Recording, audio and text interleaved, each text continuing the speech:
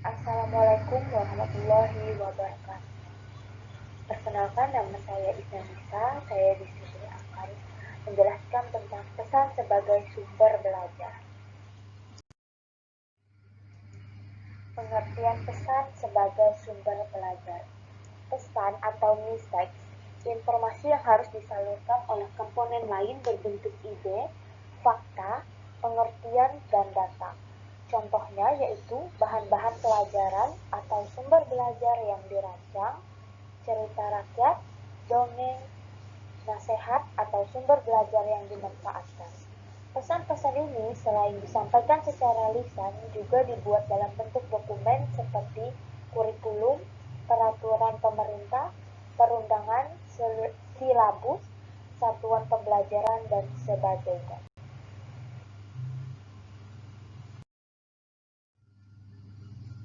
Contoh pesan sebagai sumber belajar.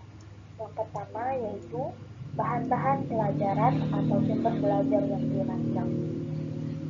Sumber belajar yang dirancang yakni sumber belajar yang secara khusus dirancang atau dikembangkan sebagai komponen sistem instruksional untuk memberikan fasilitas belajar yang terarah dan bersifat formal.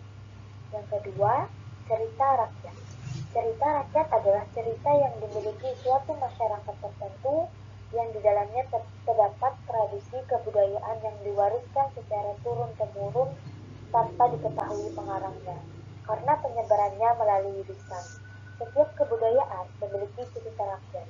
Cerita rakyat yang digunakan untuk menerangkan suatu masyarakat, sejarah, dan gejala alam yang terjadi di daerahnya masing-masing. Yang ketiga, nasihat.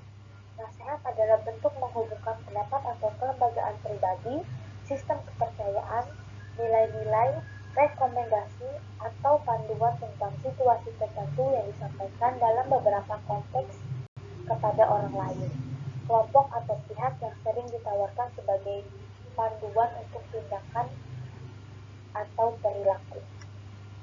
Yang keempat, dongeng. Dongeng adalah bentuk sastra lama yang menceritakan mengenai suatu peristiwa atau kejadian yang luar biasa berupa fiksi atau tidak nyata, atau hanya hayalan.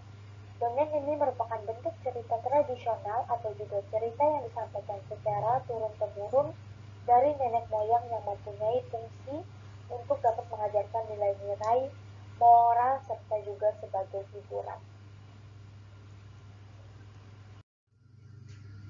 Pemanfaatan pesan sebagai sumber belajar. Yang pertama, memberikan dasar yang lebih ilmiah terhadap pembelajaran dengan cara perancangan program pembelajaran yang lebih sistematis dan pengembangan bahan pengajaran. Yang kedua, memungkinkan penyajian pembelajaran yang lebih luas dengan menyajikan informasi yang mampu menembus batas geografis.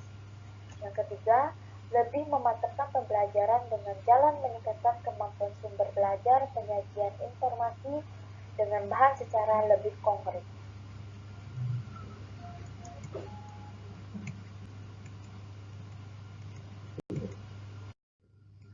Sekian penjelasan dari saya, kurang dan lebihnya mohon maaf.